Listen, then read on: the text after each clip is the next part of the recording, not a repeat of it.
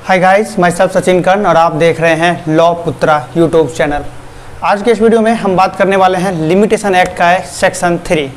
Limitation act के बारे में आपने ऑलरेडी कुछ ना कुछ पढ़ा होगा। यदि आपने नहीं पढ़ा है तो सेक्शन 3 के बारे में आज हम डिस्क्राइब करने वाले हैं। आप इस वीडियो को समझिए सेक्शन 3 में क्या क्या बताया गया है। उससे पहले थोड़ा सा लिमिटेशन एक्ट के बारे में समझ लेते हैं कि लिमिटेशन एक्ट क्या होता है। तो देखिए, लिमिटेशन एक्ट में कुछ एक ऐसे बातों का प्रावधान किया गया है, कुछ एक लिमिट का प्रावधान किया है कि जैसे कि अगर आपको किसी मैटर पे आपको सूट करना है, किसी मैटर पे आपको कंप्लेंट करना है, अपील करना है, तो इसके लिए कुछ एक लिमिट बताए गए हैं। आप विद इन पीरियड के अंदर ही उस चीज़ के लिए सूट कर सकते हैं या फिर कंप्लेंट कर सकते हैं या फिर अपील कर सकते हैं। तो फिर आप सोचिएगा कि जैसे कि मान लीजिए कोई प्लेंटिफ है, जैसे कि मान लेते हैं कि मेरे किसी राइट का वायोलेशन हो गया, जैसे लॉ ऑफ कॉन्ट्रैक्ट, मेरा किसी ने ब्रीच कर दिया, मेरा कॉन्ट्रैक्ट किसी ने ब्रीच कर दिया और इसको लेकर के हम चाहते हैं कि सूट करें। तो फिर इसके लेकर के कुछ एक नियम कानून बनाया गया है लिमिटेशन एक्ट के अंतर्गत कि आप इतने दिनों के अंदर ही इसको सूट कर सकते हैं, मतलब इस पर अपील कर सकते हैं। तो फिर आप सोच रहे होइएगा कि इसमें समय का क्या जरूरत है, अगर मेरे साथ कभी भी गड़बड़ी हुआ है तो हम कभी भी इसके लिए कंप्लेन कर सकते हैं। तो बात समझिए, इसके लिए समय लगाने का, लिमिट लगाने का क्या जरूरत पड़ गया। लिमिट लगाने का मेन कारण ये हो गया, लिमिटेशन एक्ट के अंतर्गत लिमिट का प्रोविजन इसलिए कर दिया गया क्योंकि जैसे कि मान लेते हैं कोई मैटर है 50 साल पहले का, 50 साल पहले का कोई कॉन्ट्रैक्ट था जो कि ब्रीच हो गया। अब आप उसको लेकर के अब भी 50 साल बाद आप कंप्लेन करने के लिए आ रहे हो, कोर्ट में अपील करने के लिए आ रहे हो, सूट फाइल करने के लिए आ रहे हो। तो यहाँ पे एक बात तो पक्का है कि आपको यहाँ पे न्याय नहीं चाहिए। अगर आपको न्याय चाहिए होता तो आप उसी वक्त कंप्लेन कर देना, अपील करते। अब यहाँ पे किसी बदला के भावना या किसी प्रकार का इस तरह के जो मानसिक द्वेष होता है उसको लेकर के आप यहाँ पे फाइल करने आ रहे हो, पहली बात। दूसरी बात कि 50 साल पहले का कॉन्ट्रैक्ट है, क्या एविडेंस है, क्या गवाह है, आपने कहाँ रखा पेपर, आपको कुछ पता नहीं है। तो इतना ज़्यादा दिन हो जाने की वजह से फिर जो है न्याय जो है, जस्टिस जो है वो सही नहीं हो पाएगा। इस वजह से इस पर थोड़ा सा प्रोविजन किया गया है टाइम वगैरह का। ठीक है, अब हम बात करते हैं अपने टॉपिक पे, जो कि आज का हमारा टॉपिक है लिमिटेशन एक्ट। लिमिटेशन एक्ट का सेक्शन 3। लिमिटेशन एक्ट का सेक्शन 3, तो ध्यान से समझिएगा लिमिटेशन एक्ट का सेक्शन 3 क्या होता है। सेक्शन 3 समझने से पहले थोड़ा सा समझ लेते हैं कि सेक्शन 3 का मूल रूप क्या है। मतलब इसके अंतर्गत तो क्लॉज 1 है, क्लॉज 2 है, फिर क्लॉज 2 जो है उसके अंतर्गत फिर दो बातें हैं, एक है 2A और फिर एक है 2B। तो इस तरह से इतना लंबा थोड़ा सा सेक्शन है ये, लेकिन मोटा मोटी बात को समझते हैं मोटे तौर पे कि सेक्शन 3 जो है ये किस तरह की चीज़ों को बात करता है। तो सबसे पहले ये समझिए कि एक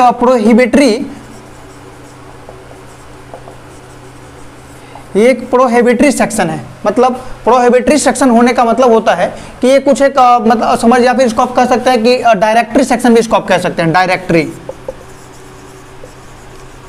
डायरेक्टरी यहाँ पे दोनों चीज़ों के मतलब को समझिए, डायरेक्टरी या प्रोहिबिटरी का। ये प्रोहिबिशन का मतलब तो आप जानते हैं निषेध, किसी चीज़ के लिए मना करना, और फिर डायरेक्टरी का मतलब होता है कि कुछ एक चीज़ के लिए निर्देश जारी करना। तो सेक्शन 3 जो है ये कुछ एक मामलों पे निषेध भी लगाता है और कुछ एक चीज़ों के लिए निर्देशन भी करता है, मतलब डायरेक्शन भी करता है, डायरेक्ट भी करता है।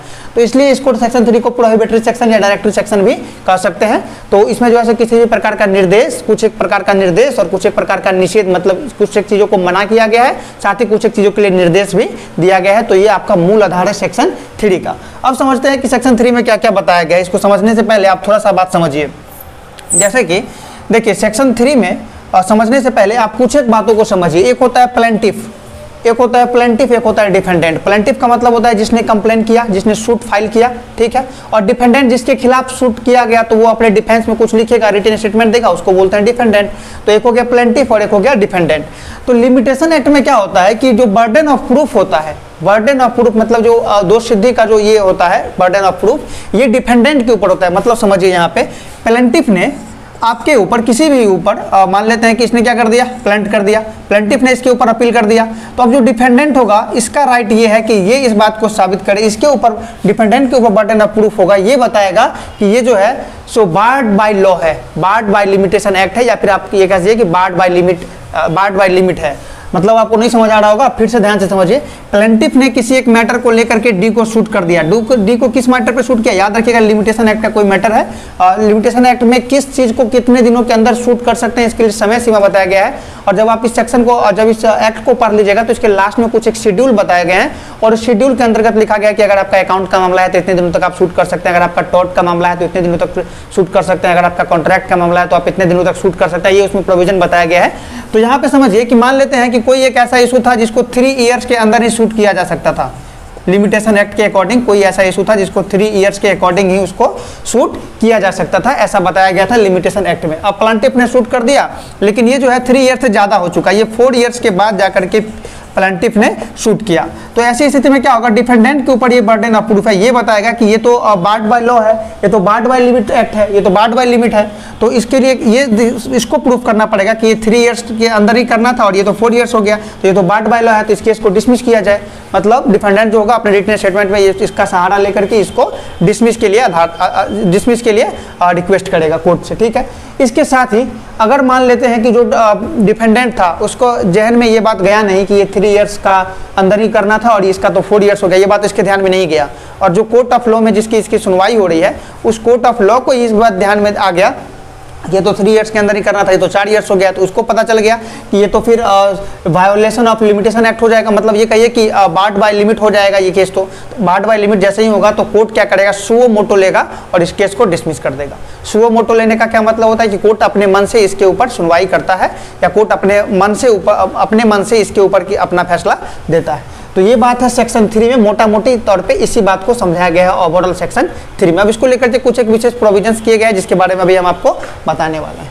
तो देखिए और क्या क्या विशेष प्रोविजंस किए गए हैं। तो सबसे पहले देखते हैं सेक्शन 3 का क्लॉज 1।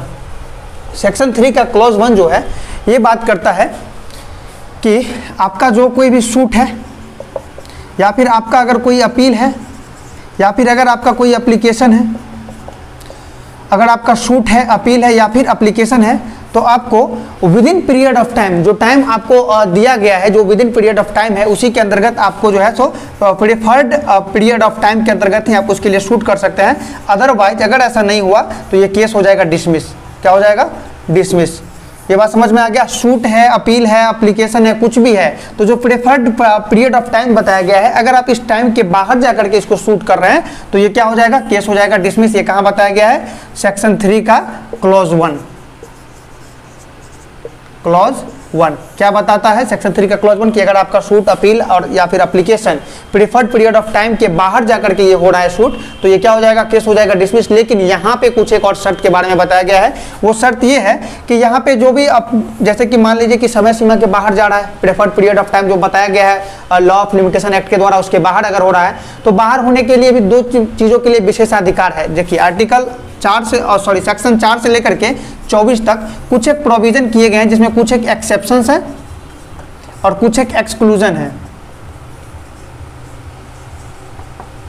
ये 2 बातें ध्यान में रखिएगा, एक है एक्सेप्शन और एक है एक्सक्लूजन। सेक्शन 4 से लेकर के 24 तक में, तो सेक्शन 4 से लेकर के 24 के बारे में या इस तरह से जो भी सेक्शन है इसके बारे में हम दूसरे किसी वीडियो में बात करेंगे, लेकिन फिलहाल सेक्शन 3 में समझने के लिए जो महत्वपूर्ण बात है इसमें से ये आपको बताते हैं। मतलब कोई एक ऐसा एक्सेप्शन है जो आर्टिकल सेक्शन 4 के अंदर फॉल करता है या 4 to 24 के अंदर फॉल करता है, तो ऐसी स्थिति में क्या होगा कि जो आपको टाइम पीरियड ऑफ दिया गया है, इस टाइम पीरियड के बाहर भी अगर आपका शूट है तो वो शूट जायज माना जाएगा। जैसे कि मान लेते हैं कि सेक्शन 4 to 24 के बीच में कहीं ऐसा लिखा हुआ है कि 3 साल तक आप जो है सो, जैसे मान लेते हैं सामान्य नियम है, इस तरह का एक्ट है कि 3 साल के अंतर्गत आप अपना कंप्लेन या अपना अपील जो है सो फाइल कर सकते हैं। तो 3 साल के आखिरी दिन में हम गए, पता चला कि कोर्ट बंद है, कुछ ऐसा इशू हो गया कि कोर्ट बंद है, या फिर कुछ ऐसा हो गया जैसे कि मान लेते हैं कि ऐसा कुछ भी हो गया कि कोर्ट का ही इशू था, मतलब अथॉरिटी का इशू हो गया, और जिस वजह से मेरा तो अपील हुआ नहीं और 3 साल का तो लिमिट भी क्रॉस हो गया। अब हम जाएंगे जैसे ही तो कोर्स मेरा हो जाएगा barred by law, barred by limit, तो ये कोर्स तो मेरा डिसमिस हो जाएगा। तो ऐसी स्थिति के लिए कुछ एक एक्सेप्शन बताए गए हैं कि अगर इन एक्सेप्शन के अंतर्गत,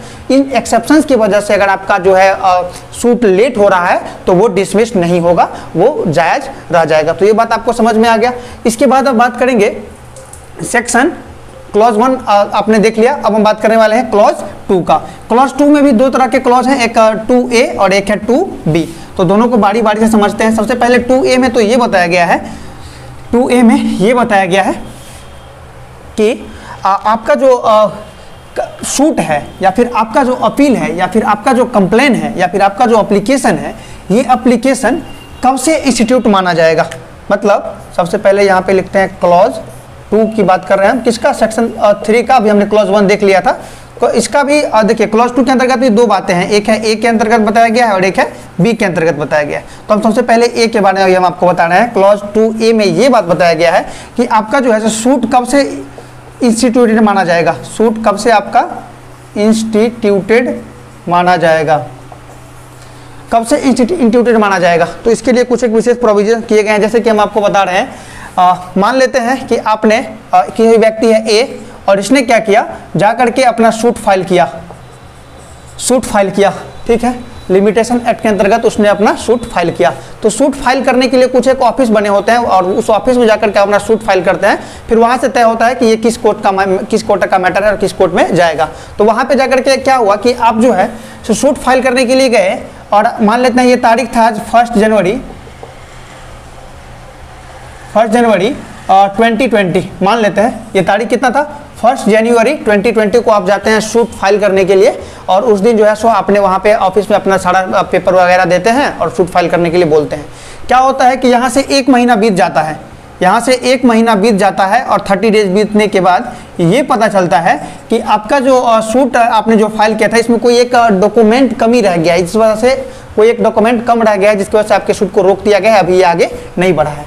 तब क्या हो जाएगा ऐसी परिस्थिति में कि ये जो है आपको फिर से आपको पेपर देना पड़ेगा, और जैसे ही आप पेपर दीजिएगा तब तक ये समय कितना हो गया है, 30 दिनों बाद 1 फरवरी और 2020। तो अब सवाल ये उठता है कि आपका सूट कब से माना जाएगा, 1 जनवरी 2020 से माना जाएगा या 1 फरवरी 2020, आपका डेट क्या माना जाएगा। सामान्य परिस्थिति में तो कोई फर्क नहीं पड़ता, ये ले लो डेट या ये ले लो, कोई दिक्कत नहीं है। लेकिन अगर ऐसा हो जाए कि अगर आपका जनवरी के बाद का इशू आता है तो वो 3 ईयर से क्रॉस हो जाएगा, और तब जो है सो आप जो है सूट फाइल नहीं कर पाएगा, तब डेट इशू कर जाता है, तब डेट मैटर करता है। तो ऐसी स्थिति में ये बताया गया है क्लॉज 2 का सब क्लॉज 2 के ए में, इसमें 3 बातें बताई गई है। इसका पहला बात ये बताता है कि जिस दिन आपने ऑफिस में जाकर के अपना पेपर दिया था उसी दिन से आपके सूट का डेट माना जाएगा। तो समझ में आ गया, जिस दिन आपने पेपर दिया था यानी कि 1 जनवरी 2020 यही आपके सूट का डेट होगा। फिर इसमें है सब क्लॉज 2 के बारे में, सब क्लॉज 2 का ए है, और ए के अंतर्गत भी 3 बातें बताई गई है। एक तो ये हो गया जो अभी हमने आपको बताया, फिर जो इसमें दूसरी बात आती है, पहली बात हमने अभी आपको बता दिया, फिर जो दूसरी बात आती है, दूसरी बात जो आती है वो होता है application as a proper, application as a proper. इसके मतलब को समझिए, सबसे पहले समझिए क्लॉज 2 जो है आपका ए, इसमें तो आपको ये बता रहा है कि आपका सूट कब से माना जाएगा, इस बात को सूट कब से आपका इंस्टीट्यूट माना जाएगा इसके बारे में बताया गया है। तो 2A के अंतर्गत भी 3 बातें हैं। पहली बात को हमने आपको बता दिया, पहला कंडीशन। इसमें कुछ एक विशेष प्रोविजन भी बताया गया, जैसे कि मान लेते हैं कि जैसे आपने सूट फाइल किया तो उसके लिए कुछ एक कोर्ट फी होता है, आपको कुछ कोर्ट फी देना पड़ेगा।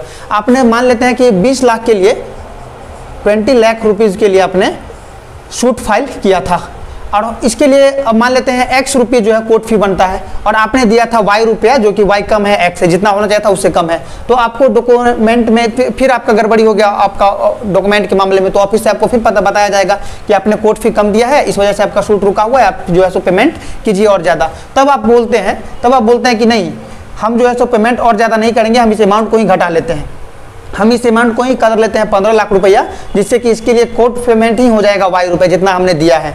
तो ऐसी परिस्थिति में जो आपका जो डेट है, आपने जिस तारीख को ये पैसा घटा लिया, सूट का डेट इसी डेट से माना जाएगा। क्यों? क्योंकि आपका मूल था 20 लाख, आपने मूल सूट में ही अंतर कर दिया, डिफरेंस कर दिया, 20 था आपने 15 कर दिया, तो ये नया सूट के केस में चला जाएगा, और जिस दिन आपने इसको घटाया उस दिन से माना जाएगा।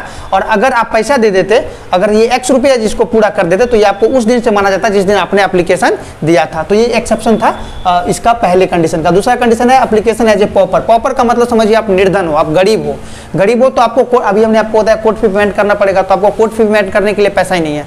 तो जब आपके पास कोर्ट फी पेमेंट करने के लिए पैसा नहीं है, तो ऐसी स्थिति में क्या होगा कि आप एक डॉक्यूमेंट बनवाइएगा और डॉक्यूमेंट बना करके दीजिएगा कोर्ट में कि आपके पास पैसे नहीं है, तो कोर्ट इस पर विचार करेगा। तो जैसे मान लेते हैं आज के डेट में यहाँ पे आपने डॉक्यूमेंट दिया पॉपर बनने के लिए, और इस डेट पर में ये X डेट था, ये Y डेट है, Y डेट पर में आकर के आपका डॉक्यूमेंट एक्सेप्ट कर लिया गया, मान लिया गया कि ठीक है आप गरीब हो, आप जो है इसका पैसा बाद में दे दीजिएगा, ये बात माना गया।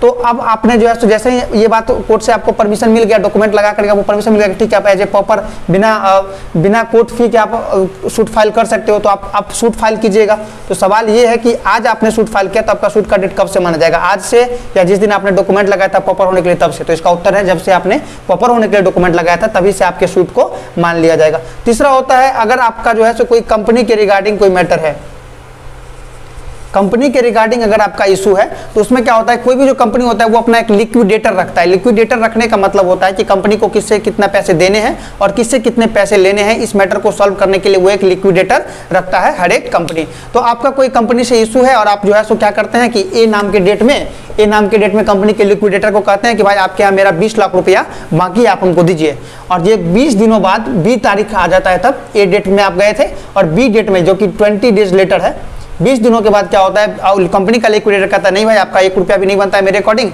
हम आपको 1 भी रुपया पे नहीं करेंगे। तो आप चले जाते हैं कोर्ट। अब कहाँ चले जाते हैं, कोर्ट चले जाते हैं और कोर्ट में ये बात अपनी बात रखते हैं। तो सवाल ये, कोर्ट में आप सूट फाइल कर देते हैं, सूट का डेट अब क्या होगा, क्या ये जिस दिन आपने फाइल किया ये माना जाएगा? तो इसका उत्तर है नहीं। इसके लिए आपको फिर से कोर्ट सूट का डेट कब मानेगा, ए जिस दिन आपने लिक्विडेटर से बात किया था इसको लेकर के, उसी दिन से आपका ये माना जाएगा। तो ये बात भी आपको समझ में आ गया। अब और आगे बढ़ते हैं। अब बात करते हैं क्लॉज सेक्शन 3 क्लॉज 2 बी के बारे में क्या बताएगा। तो इसमें दो बातें हैं, एक है सेटअप और एक है काउंटर क्लेम। तो सबसे पहले समझते हैं सेटअप क्या होता है और काउंटर क्लेम क्या होता है। जैसे कि मान लेते हैं ए नाम का कोई आदमी है और ये दावा करता है, सूट फाइल करता है बी के नाम पे कि बी के यहाँ मेरा 10 लाख रुपया बनता है। ए दावा करता है बी के लिए कि बी के यहाँ मेरा 10 लाख रुपया बनता है। बी क्या बोलता है, जी बात सही है, बिल्कुल सही है, इसका ए का 10 लाख रुपया बनता है मेरे यहाँ, लेकिन मेरा भी 8 लाख रुपया बनता है ए के यहाँ। अब बी क्या कह रहा है कि मेरा भी 8 लाख रुपया बनता है ए के यहाँ। तो इसको बोलते हैं set of counter claim. Counter claim मतलब आपने मेरे ऊपर भारित किया देयता और हमने आपके ऊपर भारित कर दिया देयता, इसको बोलते हैं सेट ऑफ काउंटर क्लेम। तो इसमें क्या होता है कि जैसे सूट ऑफ का अगर इशू है, सेट ऑफ का अगर इशू है, तो सेट ऑफ में आपने सूट फाइल किया, किसी ए नाम के व्यक्ति ने सूट फाइल किया, तो सूट फाइल किया तो ये प्लेंटिफ हो गया। प्लेंटिफ जब बी नाम का आदमी था तो बी नाम का आदमी हो गया, मान लेते हैं डिफेंडेंट। तो डिफेंडेंट अपना जो है स्टेटमेंट देता है, रिटन स्टेटमेंट देता है, अपने बचाव के पक्ष में लिखता है और साथ ही साथ ये भी सूट फाइल कर देता है, साथ ही साथ ये भी सूट फाइल कर देता है, डिफेंडेंट भी सूट फाइल कर देता है कि इसका तो 10 लाख बनता है, मेरा भी 8 लाख बनता है आपके ऊपर, ठीक है। तो यहाँ पे जो ये सूट फाइल करेगा डिफेंडेंट यानी कि बी नाम का आदमी, तो इसके सूट का डेट कब से माना जाएगा, जिस दिन ये फाइल कर रहा है उस दिन से? तो नहीं, इसका उत्तर हो जाएगा कि इसका भी डेट सूट का तभी से माना जाएगा जिस दिन ए ने सूट फाइल किया था। आपको समझ आ रहा है। फिर बात करते हैं काउंटर क्लेम का। काउंटर क्लेम में फिर क्या होता है कि आपने सूट फाइल कर दिया, सूट फाइल करने के बाद जो डिफेंडेंट था ये हो गया प्लेंटिफ, और प्लेंटिफ के अपना सूट फाइल किया, फिर जो डिफेंडेंट था डिफेंडेंट अपना स्टेटमेंट देता है, अपने बचाव के लिए बातें लिख के भेजता है और साथ ही साथ ये भी काउंटर क्लेम कर देता है। डिफेंडेंट क्या करता है, काउंटर क्लेम कर देता है। तो सवाल ये उठता है कि काउंटर क्लेम का डेट कब से माना जाएगा। तो सवाल यहाँ पे उत्तर ध्यान में रखिएगा कि काउंटर क्लेम जो है तो जिस दिन आपने स्टेटमेंट के साथ फाइल किया, काउंटर क्लेम आपने जिस दिन फाइल किया उसी डेट से माना जाएगा। यानी कि यहाँ पे डिफेंडेंट का ये क्लेम काउंटर क्लेम यहाँ से माना जाएगा, जबकि इस स्थिति में अगर आप सूट फाइल करते हैं डिफेंडेंट के साथ, सेट ऑफ करते हैं, अगर आप सेट ऑफ करते हैं तो ये जिस दिन सूट फाइल हुआ था उस दिन से माना जाएगा। तो ये पूरी बात थी सेक्शन 3 का, आपने देख लिया section 3 clause 1, section 3 clause 2 clause A और फिर सेक्शन 3 क्लॉज 2 का पार्ट ए और पार्ट बी। तो इस तरह से आपने पूरे मैटर को समझा। फिर मिलते हैं नेक्स्ट वीडियो में। Thank you.